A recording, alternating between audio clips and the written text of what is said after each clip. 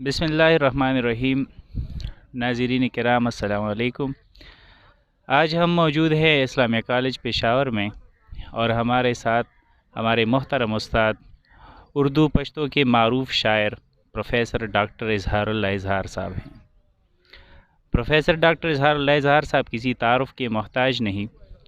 उर्दू और पश्तो हर दो ज़बानों में उनके कई मजमूए कलाम शाया हो चुके हैं और जिस तरह उनकी शायरी की मजमूए मंज़र-ए-आम पर आ चुके हैं, इसी तरह वो एक बेहतरीन नस्तार की हैसियत से भी सामने आए हैं। उर्दू और पश्तो दोनों ज़बानों में नसर भी लिखते हैं, शेर भी लिखते हैं और न सिर्फ मुल्की बल्कि बैनुल-अक़वामी सतह पर जाने पहचाने जाते हैं। दौर जदीद के एक बड़े अहम और मोतबर शायर फ़रहत अब्बास शाह,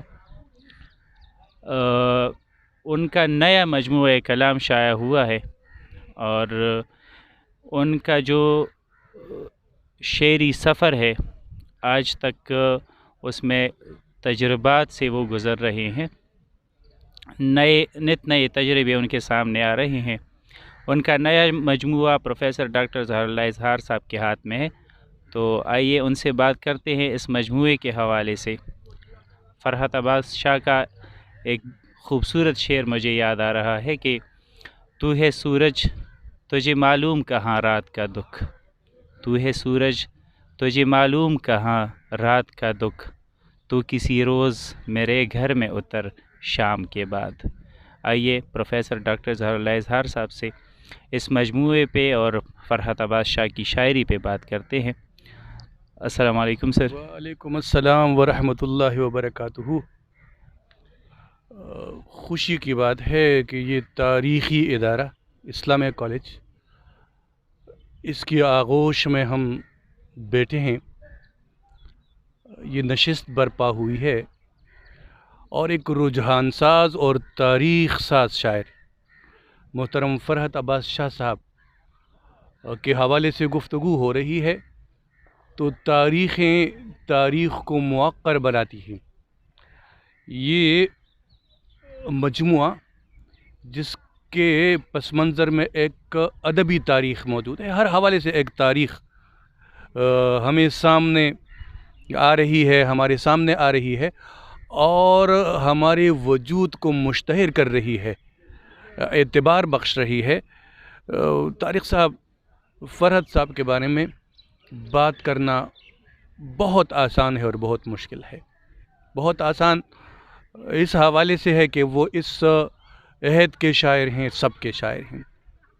बहुत मुश्किल इस हवाले से है कि उनके यहाँ जो तर्ज़ इज़हार है और जो तजुर्बे हैं उन्हें समझने के लिए इल्म की ज़रूरत है, अदब की ज़रूरत है, बसीरत की ज़रूरत है, फ़िरासत की ज़रूरत है।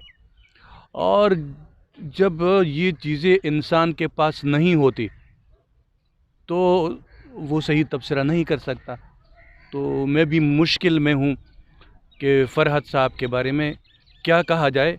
बहरहाल ये किताब मुज़ाहमत करेंगे हम, ये ज़िंदगी का इस्तिआरा है। एक अच्छाई के ख़िलाफ़ तो मुज़ाहमत नहीं हो सकती, उसका रास्ता रोका जा सकता है, लेकिन जो सच्चे लोग होते हैं, हकीकी कलमकार होते हैं, फ़ितरी तख्लीक़ कार होते हैं, तो वो किन चीज़ों की मुज़ाहमत करते हैं? वो जो ज़िंदगी कुश हो, हयात कुश हो, ऐसे रवैये जो मुआशरे के सफ़र को रोक रहे हों, ऐसे रवैये जो इंसान की रानाइयों को नोच रहे हों, ऐसे हवाले, उन हवालों की मुज़ाहमत की जाती है। ज़िंदगी में भी और अदब में भी। अदब में भी बाज़ रवैये ऐसे हैं जो अदीबों को और मुआशरे को तक़सीम करने के दर पे हैं। तो बड़े तवाना कलमकार हैं वो लोग जो मुज़ाहमत करते हैं। उनकी भी दो किस्में हैं, या तो मुज़ाहमत करते हैं और मुज़ाहमत के साथ ही ख़त्म हो जाते हैं, और इन्होंने पूरा एक मुज़ाहमती अहद पैदा किया है اور وہ عہد در عہد سفر کرتا رہے گا، آگے بڑھتا رہے گا، مستقبل کو اپنی لپیٹ میں لیتا رہے گا، تو لفظ بھی محترم ہیں، خیالات بھی موقر ہیں، اور میں سمجھتا ہوں کہ یہ کتاب اپنے نام کے حوالے سے اور جو تفصیلات، مضمون، نظمیہ تفصیلات اس کتاب کے اندر موجود ہیں، تو اسے ہم اس عہد کا منظرنامہ کہہ سکتے ہیں۔ انشاءاللہ تفصیلی گفتگو پھر کسی وقت ہوگی، لیکن یہ کتاب ہاتھ میں آئی اور ایسا لگا کہ میں پرواز کر رہا ہوں۔